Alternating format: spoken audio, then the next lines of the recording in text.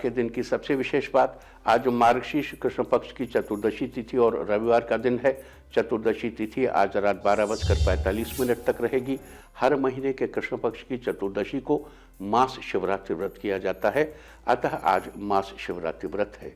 आज के दिन भगवान शंकर की पूजा अर्चना का विधान है।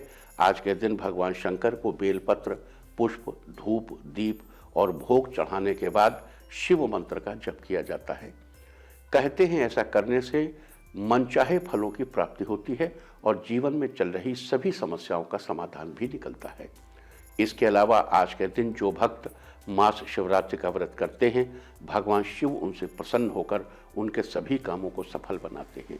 तो ये थी आज मास शिवरात्रि की चर्चा। और अब बात करते हैं आज के योग और नक्षत्र की। तो आज पूरा दिन, पूरी रात पार करके कल की भोर 4:30 तक धृत योग रहेगा। किसी भवन एवं भूमि का, किसी भवन का या स्थान का शिलान्यास, भूमि पूजन या नींव का पत्थर रखने के लिए धृत योग को बड़ा ही उत्तम माना गया है। इस योग में रखा गया नींव का पत्थर आजीवन सुख सुविधाएं देता है। आज देर रात 1:40 तक अनुराधा नक्षत्र रहेगा।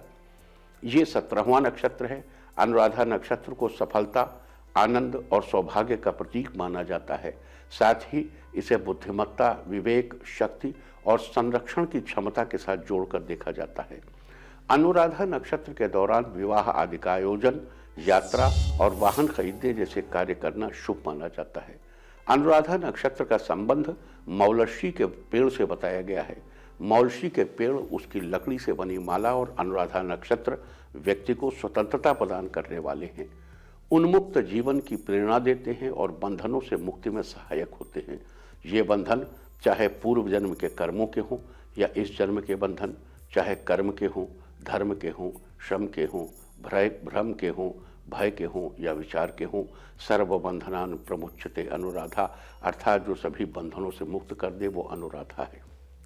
इस नक्षत्र की वनस्पति मौलर्षि है और मौलर्षि की वनस्पति भी मनुष्य को मुक्ति प्रदान करती है। तो ये थी आज धृत योग और अनुराधा नक्षत्र की चर्चा।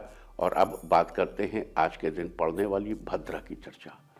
आज दोपहर 2:19 तक स्वर्गलोक की भद्रा रहेगी, क्योंकि आज चंद्रमा वृश्चिक राशि में है। और आप जानते हैं कि जब चंद्रमा मेष, वृष, मिथुन या वृश्चिक राशि में होता है तब स्वर्गलोक की भद्रा होती है। और स्वर्गलोक की भद्रा का मुख ऊर्ध्वमुखी यानी ऊपर की तरफ होने के कारण इसका कोई असर पृथ्वी पर नहीं पड़ता।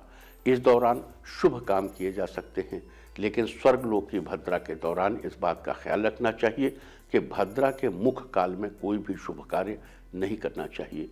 लेकिन फिर भी जिस दिन भद्रा हो, यदि उसी दिन आपको कोई शुभ कार्य करना पड़ जाए तो उपवास जरूर करना चाहिए। और साथ ही भद्रा के अशुभ प्रभावों से बचने के लिए भद्रा के दिन सुबह उठकर भद्रा के 12 नामों का स्मरण करना चाहिए। भद्रा के 12 नाम इस प्रकार हैं: धन्या, दधिमुखी, भद्रा, महामारी, खरानना, कालरात्रि, महारुद्रा, विष्टि, कुलपुत्रिका, भैरवी, महाकाली और असुरक्षयकारी।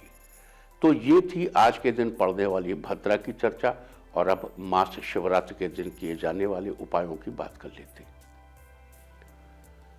यहां एक महत्वपूर्ण बात और बता दूं कि आज की ग्रह नक्षत्र स्थिति देखो, आज वृश्चिक राशि में 5 ग्रह एक ही जगह उपस्थित हैं, सूर्य और चंद्रमा दोनों एक साथ।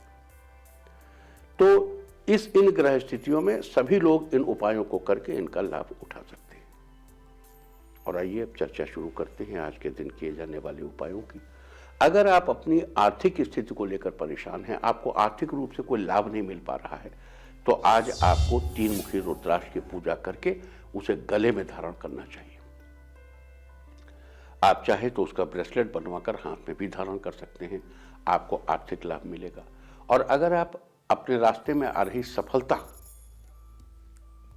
में आ रही बाधाओं, आपके सफलता के मार्ग में आ रही बाधाओं से आप छुटकारा पाना चाहते हैं, तो आज आपको शिव शंभू के आगे बैठकर उनके इस मंत्र का 11 बार जप करना चाहिए। शिवे भक्ति, शिवे भक्ति, शिवे भक्तिर भवे भवे, अन्यथा शरणम नास्ति त्वमेव शरणम मम।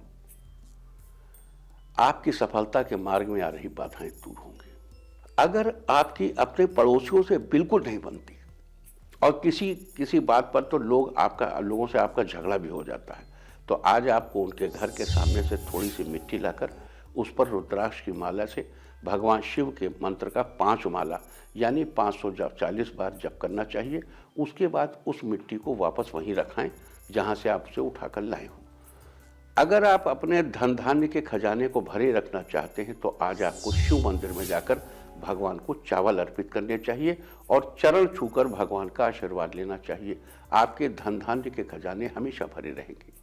अगर आप अपने लवमेट के साथ रिश्तों में मधुरता बनाए रखना चाहते हैं तो आज आपको गन्ने के रस से शिवलिंग का अभिषेक करना चाहिए।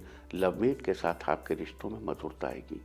अगर आप अपने कार्यों में शुभ फल पाना चाहते हैं तो आज के दिन आपको बेलपत्रों से भगवान का पूजन करना चाहिए और सुबह स्नान आदि के बाद शिवलिंग पर 5 बेलपत्र चढ़ाने चाहिए और हर बार बेलपत्र चढ़ाते समय ओम नमः शिवाय मंत्र का जप करना चाहिए।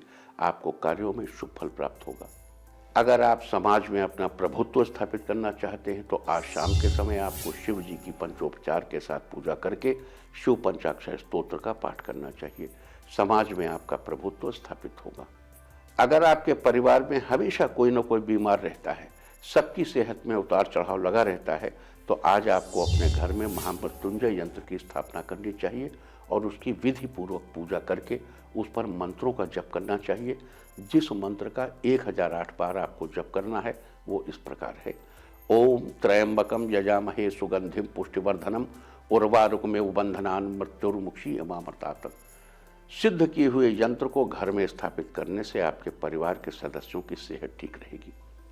अगर आप अपने करियर में खूब सफलता पाना चाहते हैं तो आज आपको किसी शिव मंदिर के पुजारी के पैर छूकर आशीर्वाद लेना चाहिए और उन्हें दक्षिणा स्वरूप कुछ भेंट करना चाहिए। आपको करियर में खूब सफलता प्राप्त होगी। अगर आपको लगता है कि आपके जीवन साथी के बिजनेस को किसी की नज़र लग गई है जिससे उनके बिजनेस की गति रुक गई है तो आज आपको काली गुंजा के 11 दाने लेकर उन्हें भगवान शिव के हाथों से स्पर्श कराना चाहिए।